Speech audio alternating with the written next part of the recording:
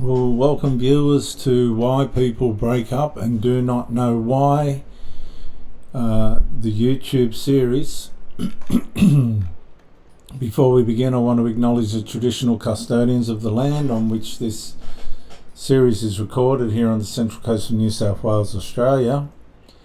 And I pay my respects to elders past and present and to Aboriginal people who continue to carry culture, memory and connection to country forward. And I also offer a Christian prayer. Lord God, give us courage to face truth, humility to examine ourselves, and wisdom to understand what breaks human relations. Help us walk in honesty, restraint, responsibility and peace in Jesus' name. Amen. And to other viewers, welcome to this series, Why People Break Up and Do Not Know Why.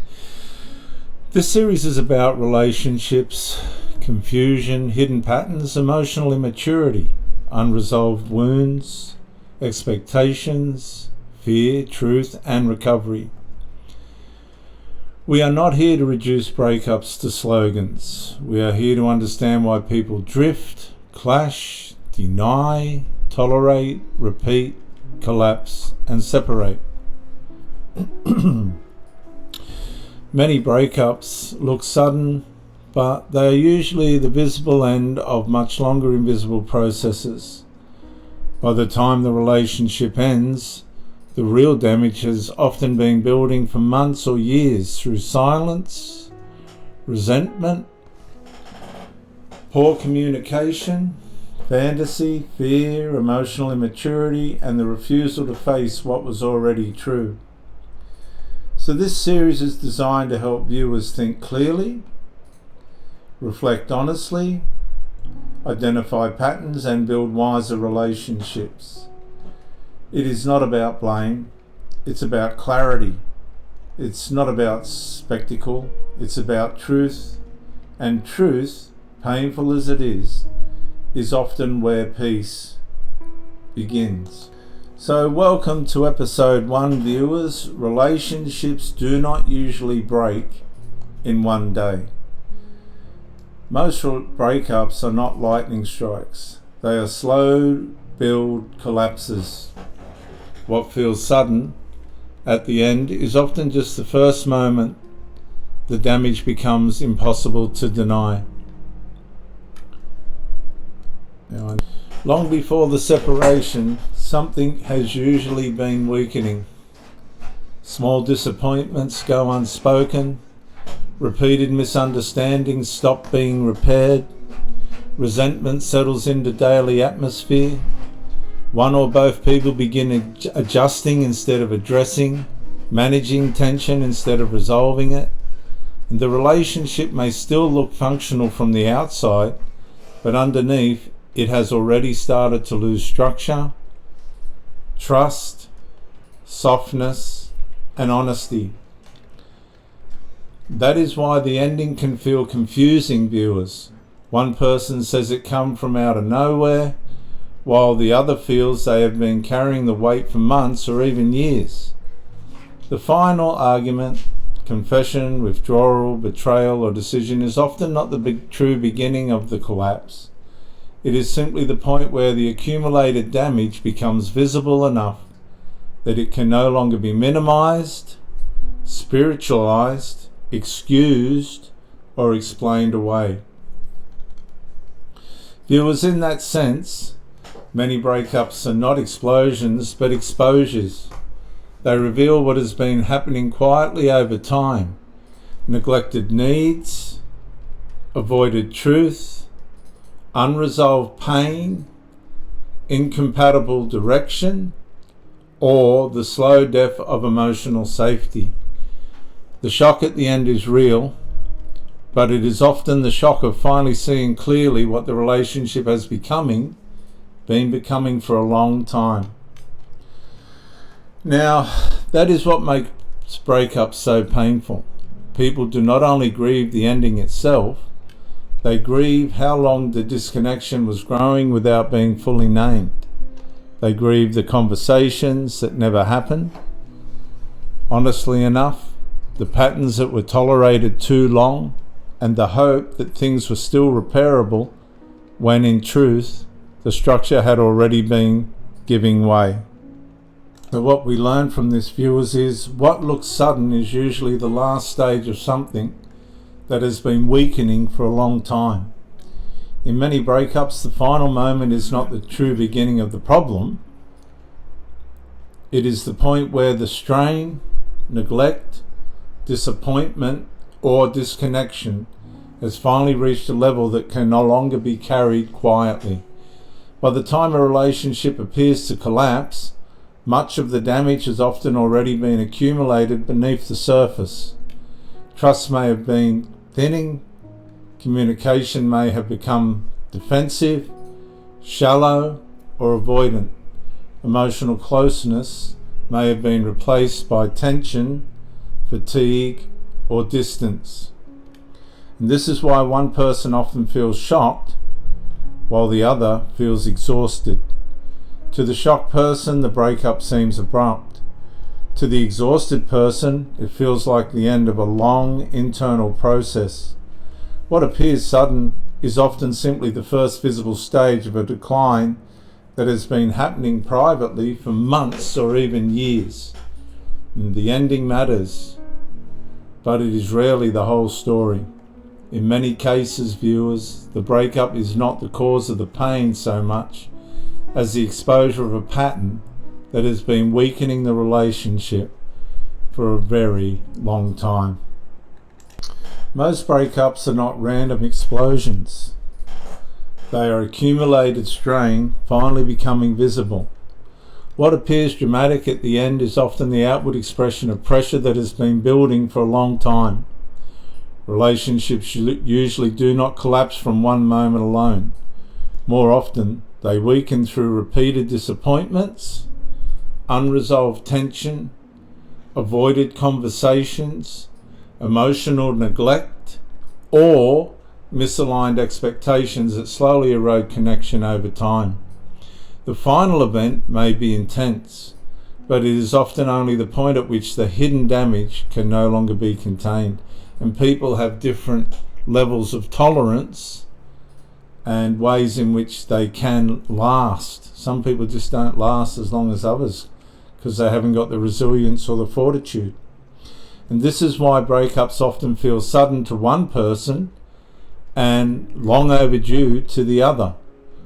One may be reacting to the final moment, while the other has been living with the slow deterioration for months or years. So the breakup then is not simply an isolated event. It is the visible outcome of strain that has been accumulating quietly underneath the surface over an unbearable amount of time. So, seen this way, many endings are less about randomness and more about exposure. The breakup reveals that the relationship had become not just what happened in its last moments. So let me ask you, in your situation, if this has happened to you, what did you stay silent about for too long? What did you stay silent about for too long that you could have possibly resolved, but you stayed silent? And here's a challenge. Write down 3 issues that were present long before the relationship ended. Or think about 3 issues, write them down, that were present long before the relationship ended, because if you can identify those issues, you can help yourself to grow in a way in which that won't happen again. So, a proverb or a principle is, what is ignored in private often returns in public. And that's a very powerful proverb. What is ignored in private often returns in public. So teaching point number 2, viewers, is repeated strain matters more than one dramatic moment. You've got to identify repeated strains, because these are the things that are going to break the relationship. They matter more than one dramatic moment. People often fixate on the final argument, the final text, the final betrayal, or the final walkout, because the ending is the part they cannot see most clearly. It is concrete, memorable, and emotionally charged. Human beings do this constantly, of course. They stare at the last crack in the wall and act surprised the foundation has been shifting for years. But in many breakups, the visible ending is only the surface expression of a much older process. And I'm an insurance bricklayer, viewers, and I can tell you, if I go to a crack in a wall, the first thing that I'm going to inspect is the foundation. See, all this underneath, the cracking of the relationship, if the foundation isn't strong, things are going to start to crack.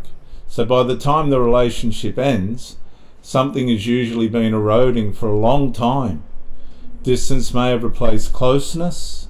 Disappointment may have gone unspoken until it hardened into resentment. Fatigue may have worn down the willingness to repair. Communication may have become defensiveness, shallow or avoidant.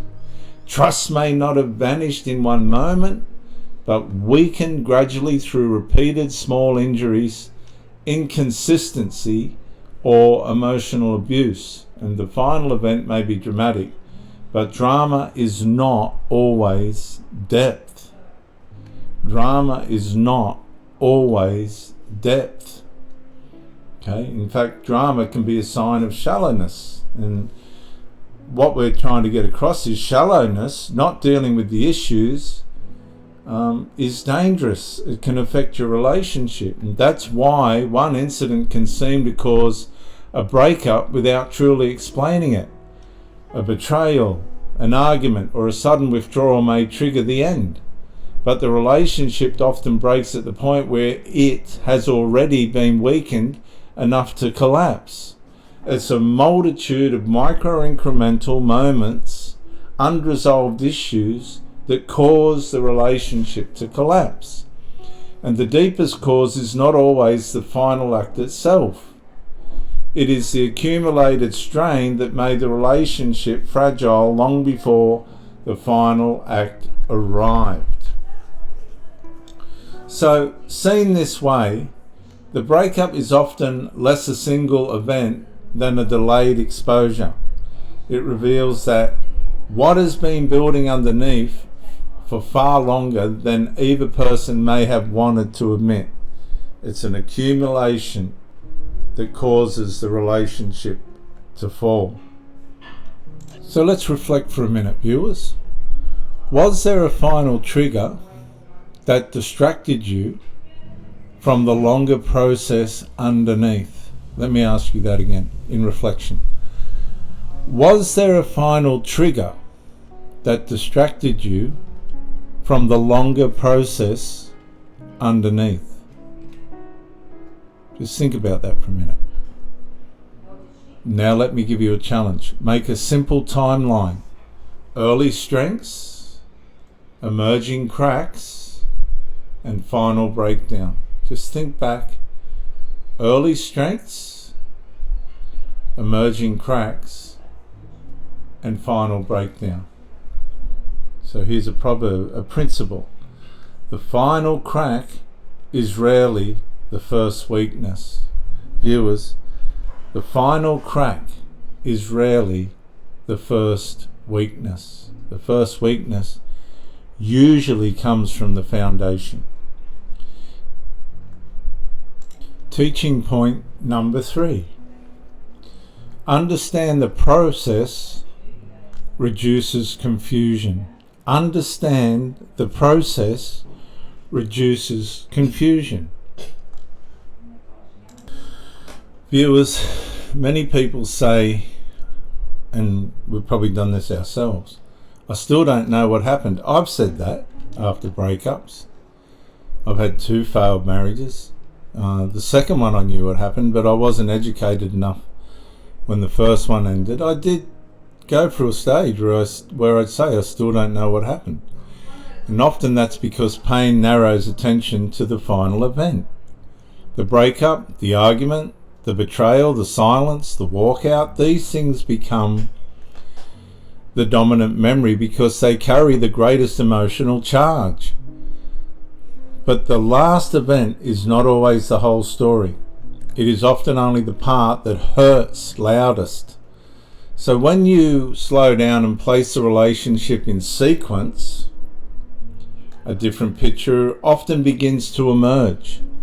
You start to see the early disappointments, the repeated misunderstandings, the shifts in communication, the emotional distance, the unresolved strain, and the moments that seemed small at the time but were quietly shaping the outcome, viewers.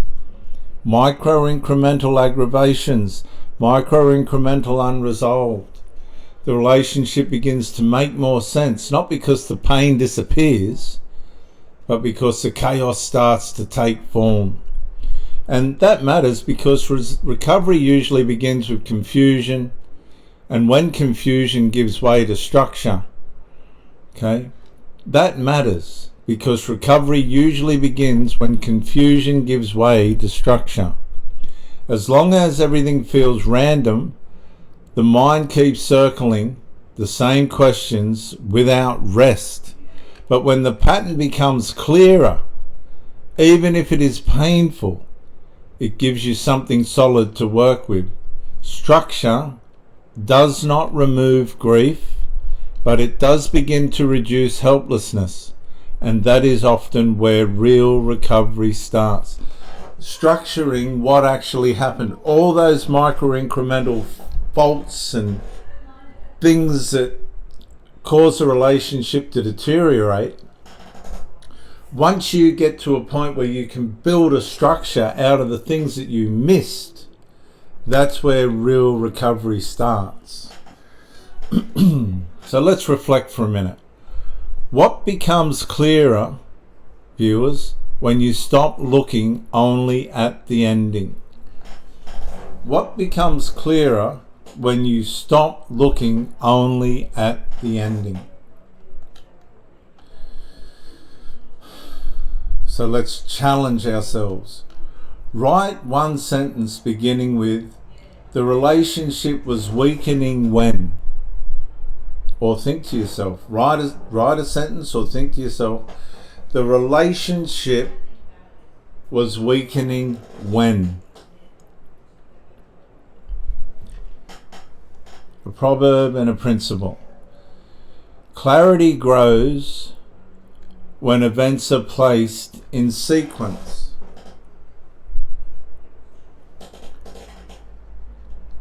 So in closing, viewers, because we're running out of time, a breakup often feels sudden because truth usually arrives all at once after being delayed for a long time.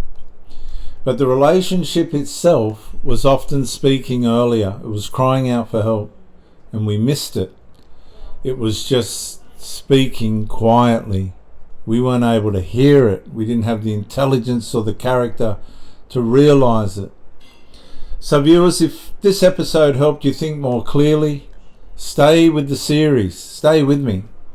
We are going to keep naming the patterns that people often feel but struggle to explain. Episode 2 is Attraction Does Not Equal Compatibility. Viewers, thanks for joining me. If you haven't already, like and subscribe if you feel it's worthy of that. And I'll see you in the next episode. Attraction does not equal compatibility. Attraction does not equal compatibility. Bye for now.